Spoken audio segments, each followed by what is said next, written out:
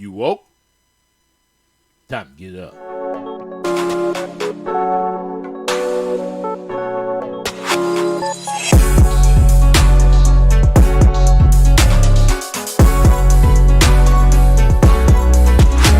Speed Limit Podcast. I'm your host, Alvin. I hope you're having a terrific day. This war in Israel, I have to talk about it. I don't know what other way I can talk about it other than this. I absolutely condemn the actions of Hamas. I absolutely condemn the actions in which 40 children have been found beheaded. And I'm sorry for the graphic information that I'm giving you. And the thousands of innocent people who have died. I absolutely do not condone such violence. As I've talked to you in the past, I've given a whole story. I will post it below. You can find it here on YouTube. You can also find it on my podcast where I talked about the history of what happened to Israel, how we get to this point. And I can continue on. The West has constantly supported Israel. They say they support the Palestinians. The best way to help the Palestinians is to strengthen the Palestinian Authority. That would help them. But the problem is Israel has control over the Palestinian Authority and has stifled their money and their dollars, kept them from actually being in control. In fact, to the point where Gaza was taken over by Hamas. Hamas is the direct result of people who have been living in UN refugee camps for more than 40 years. You can always find people who are upset, who are angry, you can always find people who, their children become, you create generations and generations of people who become angry, who want to know why they live in the situation they're in. And the only thing I compare it to is the street gangs in America. And people hate the word victimization, but the reason that urban gangs even exist, these are children not because their parents are spoiled or their lifestyle is spoiled. Most of the time they come from poor families. They come from single parents, bad situations. So then the street gangs promise them money, promise them family, promises them a way off the streets. Some semblance of governance in their lives that looks like it's giving them power. A power they feel like they don't have. See, the powerless will search for ways to gain power. Hamas totally controls Gaza Strip. So here comes the diadem. There are 2.3 million people in an area that's about 25.5 square miles. That's less than the size of most of the largest cities in America. I was trying to find something that was even close. I think Charlotte is the smallest with 163 square miles. So just imagine 2.3 million people living in a place that's smaller. They're just basically living on top of you. They don't live in refugee camps. They live in small villages. And they have these high-rise towers that they live in. And they're, now Hamas launched this attack. They absolutely control that 25 square miles. But they had pushed out the Palestinian Authority. And this is the issue I have with the Israelis. They pushed out the Palestinian Authority. And they have not allowed, Israel has not allowed PLA to be strong enough because it just fears the Palestinians overpowering them. I get that to a certain degree, but here it is. If it isn't Hamas that's going to attack, it's Hezbollah because they've been having some border incursions to the north in Israel. It's a constant problem. It's a back and forth. And like I said, the historical context to all of this begins with colonialism and the mess that the British left in Israel. Now, let's talk about all the other parties. Apparently, apparently, there are some rumors that Iran had nothing to do with this. There's intelligence reports saying that Iran didn't even know this attack was happening. Yet Egypt somehow knew several days in advance that Hamas was going to do this. Egypt had warned Netanyahu and the officials in Israel that this attack was possible, yet it seems like Netanyahu and his group did not pay it any attention. This is from the officials of the Egyptian government. And from news reports I've seen both on the, if y'all want to know, look this up, the Telegraph, from news reports from CNN, Sky News, several different channels, even Al Jazeera. So these are several different reports I've heard. So basically, the way I'm putting this together is Hamas and maybe Hezbollah got together. They planned this attack. Hamas launched this attack without the consent of Iran. I don't know how the Russians may involve. Usually the Russians get involved with Hamas through Iran. But it could be possible that the Russians are involved by indirectly. Could be. Not saying that they are. Iran's got their hands up saying, hey, we ain't had nothing to do with this. But it's kind of easy to do that if Hamas is launching the attack and Iran is not launching the attack. But, Russia has already thrown their support behind Hamas. They're already throwing their support behind what Hamas is doing. But if Russia has the nerve to actually think it's okay to kill and behead babies, tell you what I think about their war in Ukraine. I'm not going to say I want them to crush them, but I want them to lose that war. I really want the Russians to get just beat. So here comes that dilemma, too. This war has caused a whole bunch of dilemmas. So Zelensky, the head of Ukraine, president of Ukraine, is worried that this war will distract the West. And it could. Now, the United States, the situation between Israel and how they get supported by the U.S. is different than the situation by how Ukraine. Ukraine is the guy that just came along, and the United States now is throwing support behind him. So it wasn't like America had a budget set aside to give Ukraine money. Meanwhile, the U.S., since 2016, had pledged to give $38 million, and that's a bill signed by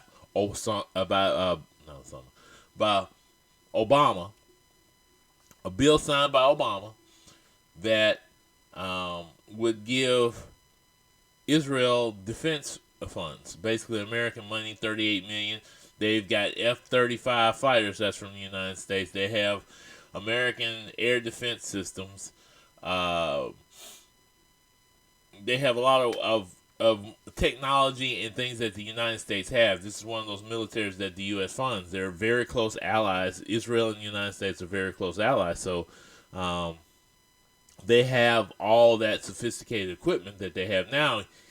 And just last year, they got $3.8 billion from the U.S. And this year, they're going to get another $1.3 billion.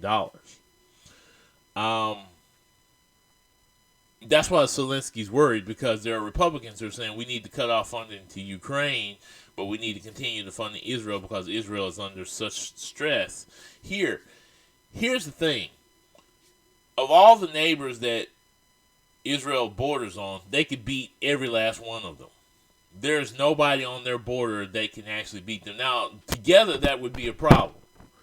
And I get why you say you need to fund their defense.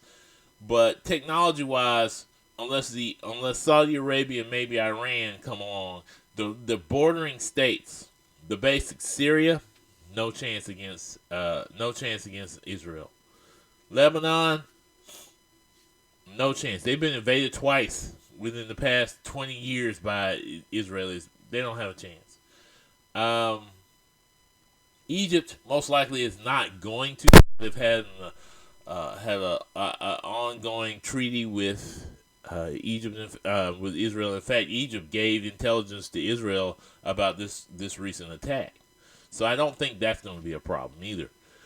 There could be some problems in the future. Who knows? The problem with the Gaza Strip becomes this. Israel, of course, is upset. Thousands of Israelis were slaughtered, were killed, were murdered. The anger is real. And then we're talking about Netanyahu in control of the government. Netanyahu is that conservative who's like this. He will unleash the beast on Gaza. You know, I've been listening to interviews. There are people in Gaza who are talking about it. I get a phone call telling me to leave the building, and 10 minutes later they blow the building up. Or where do I go? Because if you go out in the street, you're probably gonna die when the building collapses. There's nowhere for these people to go. And again, the issue is Hamas absolutely controls Gaza. Hamas has not stopped firing rockets into Israel. Hamas has also taken thousands of Israelis prisoners. So Hamas does not care about. They claim they care. Their goal is to stop the occupation, supposedly, of Palestinian lands, which includes Israel's state proper. And then that's their stated goal. But their end goal is impossible to have since Israel is established there. The only other solution is the two-state solution. It's the only solution to the problem. Hamas, along with Hezbollah, are both two organizations that are fighting a pointless war to me that can only lead to their own destruction and probably will end up leading to the death of thousands of more people. And if Israel continues the campaign they're currently on, they're pretty to level the ground, and there will be nothing left for the 2.3 million people there, and hundreds of thousands will probably die in the process. Israelis told the people, the Palestinian people, to flee to Egypt. That was the response from me. You have no other place to go, but you need to flee to Egypt. And Egypt closed their borders, so these people are basically left there to die. They have nowhere to go. Unless they can get on boats and sail across the Mediterranean, they probably won't be accepted there either. It is a sad story to see what is about to happen. It is sad to see the Israelis that are dying, and the fact that Hamas will not stop firing these rockets into Israel, killing people that way as well, is just horrific. And it is horrific. What's happening to the women and children in Israel and in Palestine is absolutely horrific. The fact that there is an organization that doesn't care one way or the other. Its only goal is to so-called to reestablish a Palestinian state. How can you do that and destroy your own people? Allow your own people to be destroyed. At the same time, I want to talk about this because there have been attacks. A few years ago, Israel indiscriminately destroyed homes of the Palestinians. So we have to talk about the fact that these are problems for the people of Palestine. These are problems for the people of Israel. Our Christian values, the ones that I believe in, have taught me about the Good Samaritan. When Jesus was asked, who is my neighbor? He was talking to Jewish people. He said the Samaritans. Samaritans are similar to the Palestinians. They were people that lived in the land where the Jews also lived. They didn't believe in the same God. They didn't worship the same way. But somehow they were mistreated. They were in conflict with the Israelis. But when God sat down and talked to them, he said, who is my neighbor? My neighbor. He said, let me give you the story of the Good Samaritan. And he gave them the story of the Good Samaritan. He told them how it's possible that your own people do not care about you as much as somebody who's an absolute stranger. And this is where we have to understand how to learn to love our neighbors. God taught us that love was the ultimate commandment of all the law. Loving your neighbor, loving people kindly. It's easy for me to talk about it. It's harder for us to actually do it. Religious fundamentalism in the world is a problem because it comes with hate. It wants the destruction of everything that does not revolve around its rule of law. It says it's about love, but it can't be about love. If Iran's imam is about hating everybody that's not Muslim in the world, hating the Jews, hating Christians, hating people from the West just because, then that is not of God. If Christian fundamentalists in the U.S. are spouting off about hating people because they're gay, because people are not Christian, talking about it was scriptural that so and so should be destroyed, and yada yada yada. That's hate. That's hate speech. That's hate speech that it has nothing to do with the scriptures that come from the Bible. It's heresy. It's heresy in the church. I have a video coming up that's going to show you where pastors were literally there on January 6th when they were going into the Capitol. There were pastors there. These same fundamentalists are behind people like Hamas in the Muslim church, behind Hezbollah, behind ISIS, behind Al-Qaeda. They're behind neo-Nazis. They're behind militias in the United States.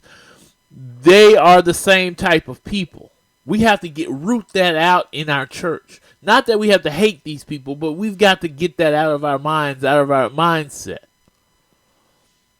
Because it's hurting the world. It's hurting the world to have a hateful mindset.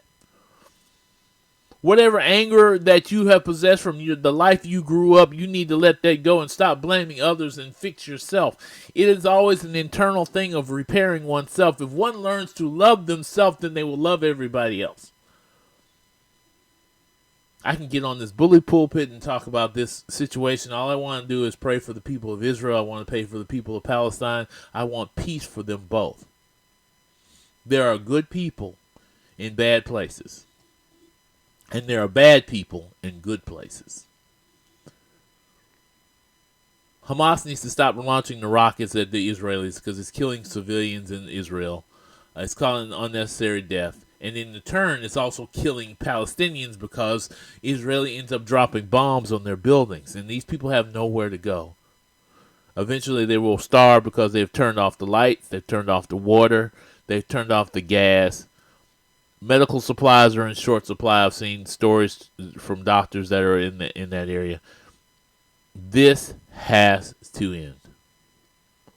This has to end. God bless everyone in harm's way, including the Americans. I hope they find more Americans. I've heard 20 or so Americans died. That's just awful.